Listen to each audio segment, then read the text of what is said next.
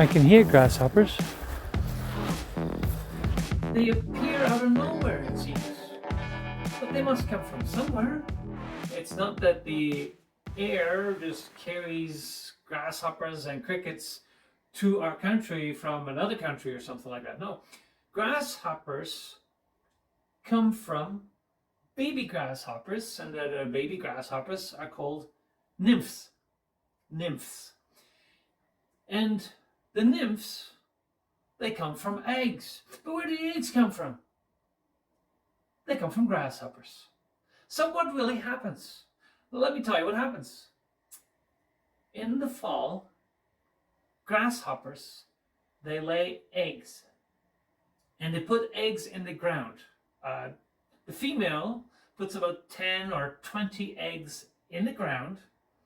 And the whole winter, these eggs are just sitting there, waiting for the right time, waiting for winter to be over.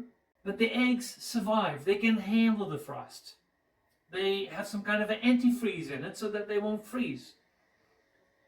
So in the spring, the eggs will hatch, or maybe early summer, maybe it's a little bit later in June that the eggs will hatch. And for a number of weeks, probably, or like 2 months or so, about 2 months, the very small baby grasshoppers, or the nymphs, will be hopping around and you would hardly see them at all. But then when they become adult grasshoppers later in the summer, then we start noticing them. And we walk through the grass, and everywhere we go, we see grasshoppers hopping all over the place if the weather is warm. But right now the weather has been cooling, and it is harder to find them.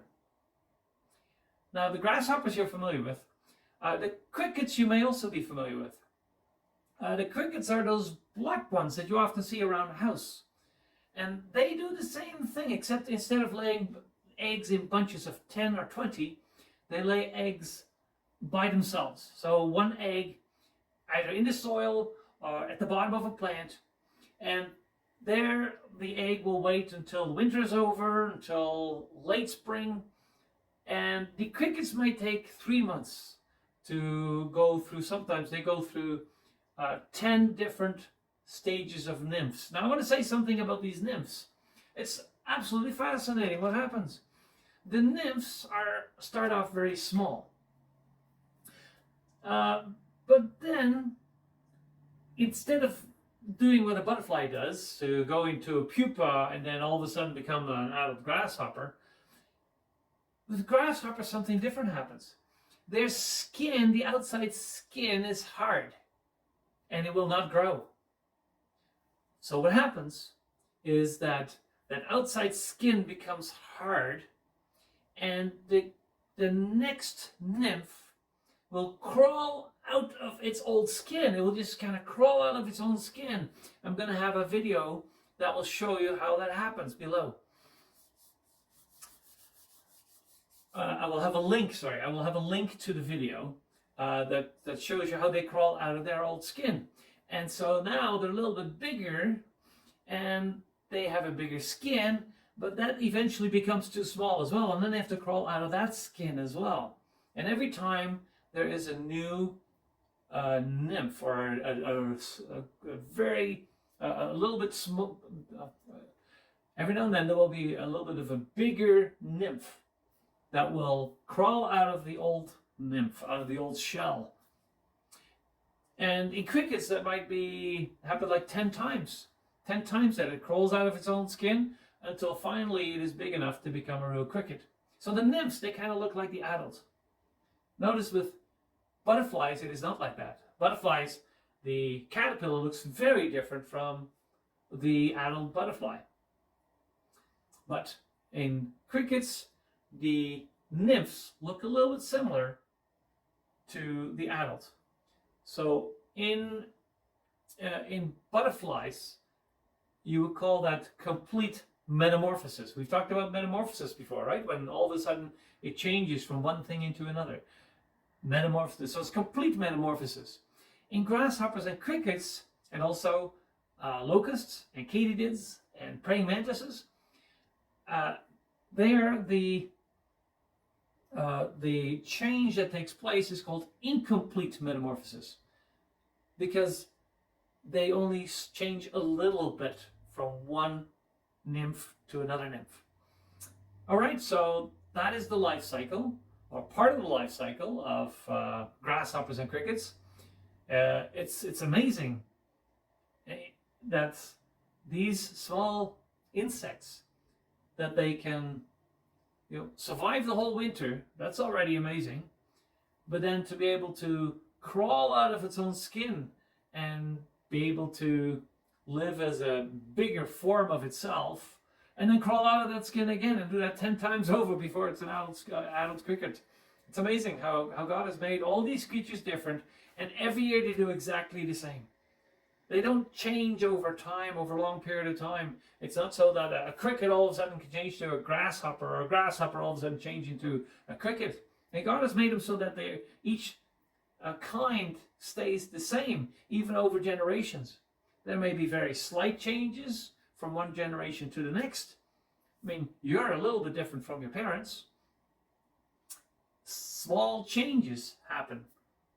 But a cricket always gives rise to another cricket.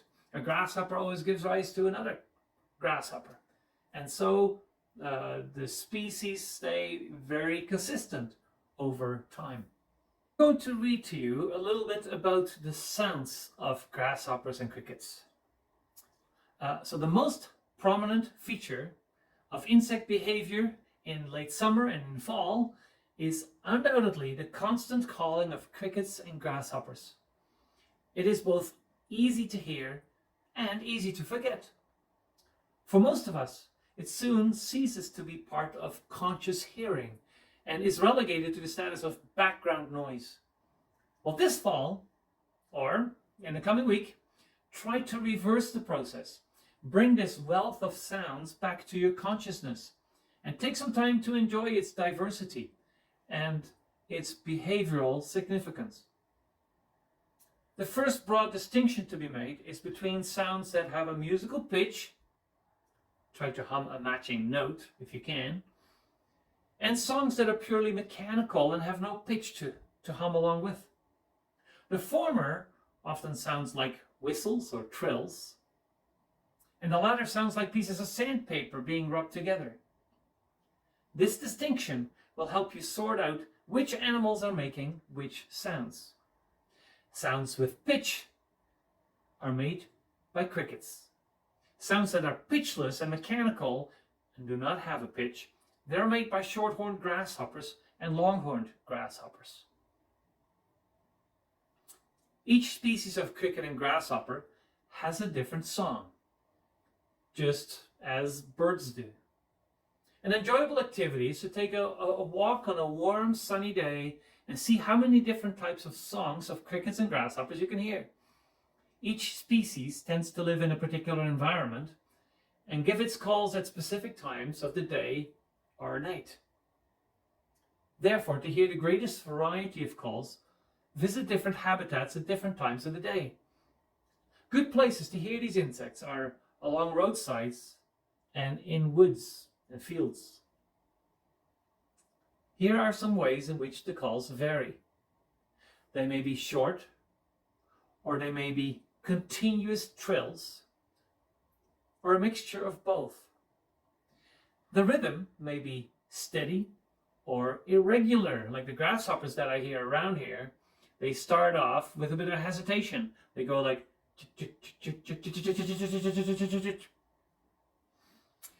they may be loud or they may be soft. They could be high-pitched or low-pitched. Each call is different from another species of grasshopper or cricket. So listen for that the next time that you're outside. I know summer's coming a little bit to the end, but I think we're going to have a warm week, a relatively warm week coming up with 15 degrees Celsius. And I think we're good to hear some sounds of crickets and grasshoppers. So let's find out. All right. It's time to go outside. Ow. Go away with your camera. Okay, I'm listening carefully for any chirping that is caused by grasshoppers. I hear some. I hear some chirping.